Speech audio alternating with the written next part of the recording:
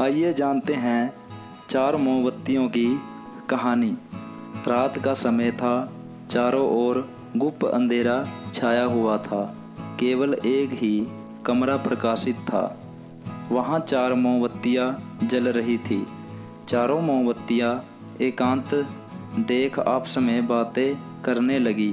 पहली मोमबत्ती बोली, मैं शांति हूँ। जब मैं इस दुनिया को देखती हूँ तो बहुत दुखी होती हूँ। चारों ओर आपाधापी, लूट खसोट और हिंसा का बोलबाला है। ऐसे में यहाँ रहना बहुत मुश्किल है। मैं अब यहाँ और नहीं रह सकती। इतना कहकर मोमबत्ती बुझ गई। दूसरी मोमबत्ती भी अपने मन की बात कहने लगी। मैं विश्वास हूँ।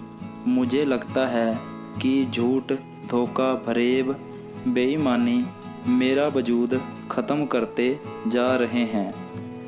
ये जगह अब मेरे लायक नहीं रही। मैं भी जा रही हूँ। इतना कहकर दूसरी मोमबत्ती भी बुझ गई। तीसरी मोमबत्ती भी दुखी थी। वह बोली, मैं प्रेम हूँ।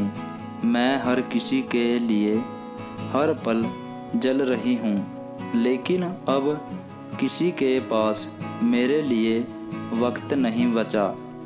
स्वार्थ और नफरत का भाव मेरा स्थान लेता जा रहा है। लोगों के मन में अपनों के प्रति भी प्रेम भावना नहीं बची। अब ये सहना मेरे बस की बात नहीं। मेरे लिए जाना ही ठीक होगा। ये कहकर तीसरी मोमबत्ती भी बुझ गई। तीसरी बत्ती बुझी ही थी कि कमरे में एक बालक ने प्रवेश किया। मोमबत्तियों को बुझा हुआ देख उसे बहुत दुख हुआ। उसकी आंखों से आंसू बहने लगे। दुखी मन से वो बोला, इस तरह बीच में ही मेरे जीवन में अंधेरा कर कैसे जा सकती हो?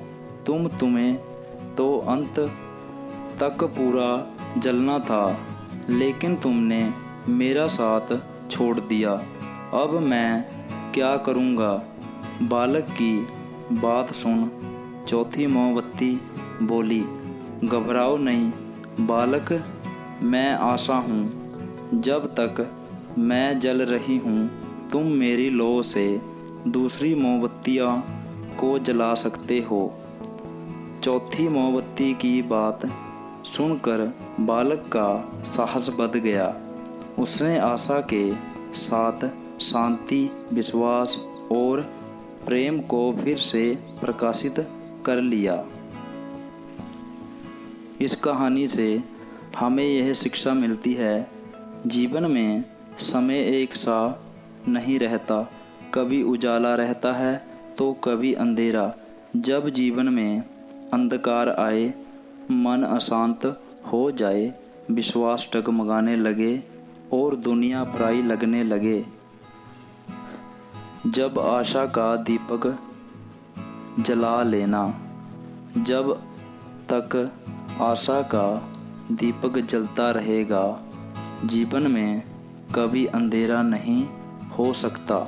आशा के बल पर जीवन में सब कुछ पाया जा सकता है। इसलिए आशा का साथ कभी ना छोड़ना।